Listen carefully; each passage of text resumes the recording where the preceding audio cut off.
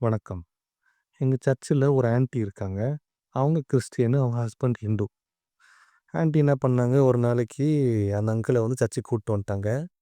அப்புறம் அங்கிள வந்து இன்ட்ரோடியூஸ் பண்றாங்க. அங்கிள் வந்து சர்ச்சுக்கே வரமாட்றாருப்பா. எத்தன முறை கூப்பிட்டாலும் வரமாட்றாருப்பா. ஒரே ஒரு முறை என் கூட வான்னு சொன்னா ஆனா வரமாட்றாருப்பா. அப்படின்னு சொன்னாங்க. நான் கேட்டேன், "ஏன் அங்கிள் வரமாட்றீங்க?" அப்படின்னு சொல்லிட்டு. அங்கிள் சொன்னாரு, "கிறிஸ்டியன் இந்த பாதிரியாருங்கலாம் ஃப்ராடு பசங்கப்பா. யாரையும் நம்பக்கூடாது." அப்படின்லாம் சொன்னாரு. சரி அங்கிள், இதெல்லாம் யார் உங்களுக்கு சொன்னது? அப்படின்னா, அதான் நியூஸ்லலாம் பார்க்குறோமே! அதான் மத்தவங்கலாம் சொல்றாங்களே! அப்டின்னாரு. அங்கிள், இன்னைக்கு பாதிரியார பத்தி நீங்க நியூஸ்ல பார்த்தீங்கன்னா, நாளைக்கு சாமியார பத்தி நியூஸ்ல பார்ப்பீங்க.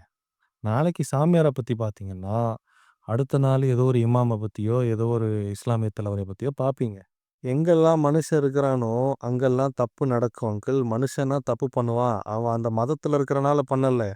அவன் மனுஷன்றனால அவன் தப்பு பண்றான். அவ்வளோதான். அவன் கிறிஸ்டியனா இருக்கிறனால தப்பு பண்ணல. தப்பு பண்ற கிறிஸ்டியனா இருக்கிறான். அதே மாரி ஒருத்தன் இந்துவா இருக்கிறனால தப்பு பண்றதில்ல.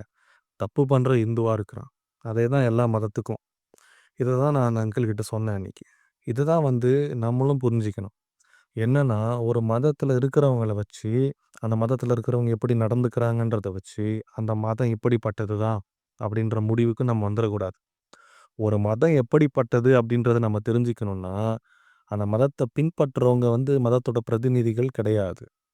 மதம் எப்படிப்பட்டதுன்னு தெரிஞ்சுக்கணும்னா, அந்த மதத்த போதிக்கிற நூல்கள நம்ம வாசிக்கணும். அந்த மதத்தின் புனித நூல்கள நம்ம அணுகணும். அந்த மதத்தின் கடவுள் எப்படிப்பட்டவர்ன்னு பார்க்கணும். அந்த மதத்தை தோற்றுவித்தவர், அவருடைய வாழ்க்கை, அவருடைய போதனைகள். இந்த 3 காரியங்கள் தான் அடிப்படையான காரியங்கள். மத்தபடி கிறிஸ்டியானிட்டி ஈக்குவல் டூ மோகன் சிலாசரஸோ, இல்ல ஹிந்துயிசம் ஈக்குவல் டூ விவேகானந்தரோ, இல்ல இஸ்லாம் ஈக்குவல் டூ ஜக்கீர் நாயக்கோ கிடையாது. நீங்க ஒரு மனுஷன பார்த்து அந்த மதத்தில யார் வந்து பெரிய தலைவர்களாக தென்படுகிறார்கள் அப்படின்னு பார்த்து, அவங்க நடவடிக்கைகள், அவங்க போதனைகளின் அடிப்படையில அந்த மதம் இப்படிப்பட்டது.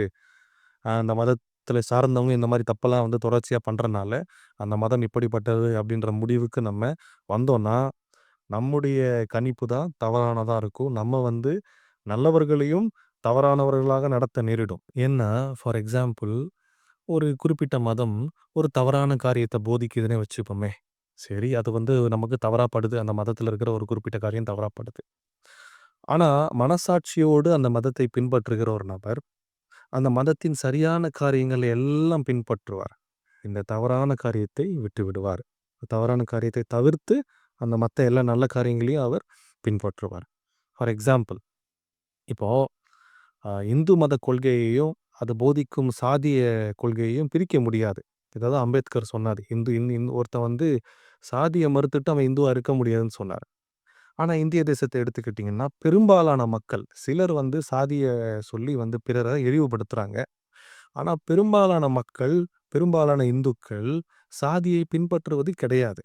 நம்முடைய அதான் எஸ்பெஷலி தமிழ்நாட்ல. ஆனா, இந்துக்களாக இருக்கிறார்கள். அதனால நம்ம எல்லா இந்துக்களும் சாதி வெறியர்கள்னு சொல்லிற முடியுமா? இந்து மதத்தில சாதி அப்படின்ற ஒரு கொள்கை இருக்கிறனால, அ இந்து இந்து மக்கள் எல்லாருமே வந்து சாதி வெறியர்கள், தவறானவர்கள் அப்படின்னு சொல்லிற முடியுமா? கிடையாதுல்ல. நல்லவர்கள் எப்போதும் வந்து நல்ல காரியங்களை தேடி அதை பின்பற்ற நாடுவார்கள்.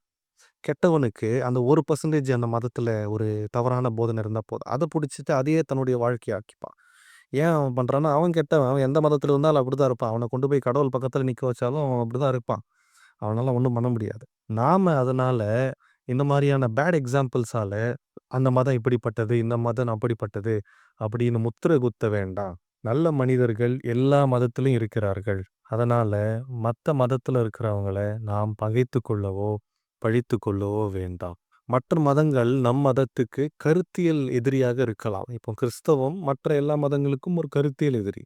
அதேபோல தான் இஸ்லாம் மற்ற எல்லா மதங்களுக்கும் ஒரு கருத்தியல் எதிரி. மதங்களுக்கு மதங்கள் கருத்தியல் எதிரிகளாக இருக்கலாம். ஆனா மனிதர்களுக்கு மனிதர்கள் எதிரிகளாக இருக்கக்கூடாது. நாம் அந்த மதத்தை பின்பற்றுகிறோம், அந்த கடவுளை வணங்குகிறோம். அதனால நாம வந்து தேவையில்லாம வந்து அதன் பேரிலே சண்டை போட்டுக்கொள்வது, அடித்துக் கொள்வது அப்படின்றது ஒரு தவறான செயல்பாடு. அது வந்து நல்லவர்கள் அதை செய்ய மாட்டார்கள். எந்த மதத்தில இருந்தாலும் சரி. நாமும் கூட சாதி, மத வேறுபாடு இல்லாமல் மற்ற மக்களோடு பழக வேண்டும்.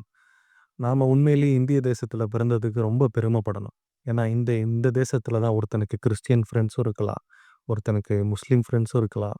ஒருத்தனுக்கு வந்து ஹிந்து ஃப்ரெண்ட்ஸும் இருக்கலாம். அநேக மதங்களிலிருந்து ஒரு மனிதனுக்கு நண்பர்கள் கிடைப்பார்கள் என்றால், அது இந்திய மண்ணில் மட்டுமே சாத்தியமாகும். நான் உண்மையிலே வந்து I am so I feel so blessed to be born in this nation.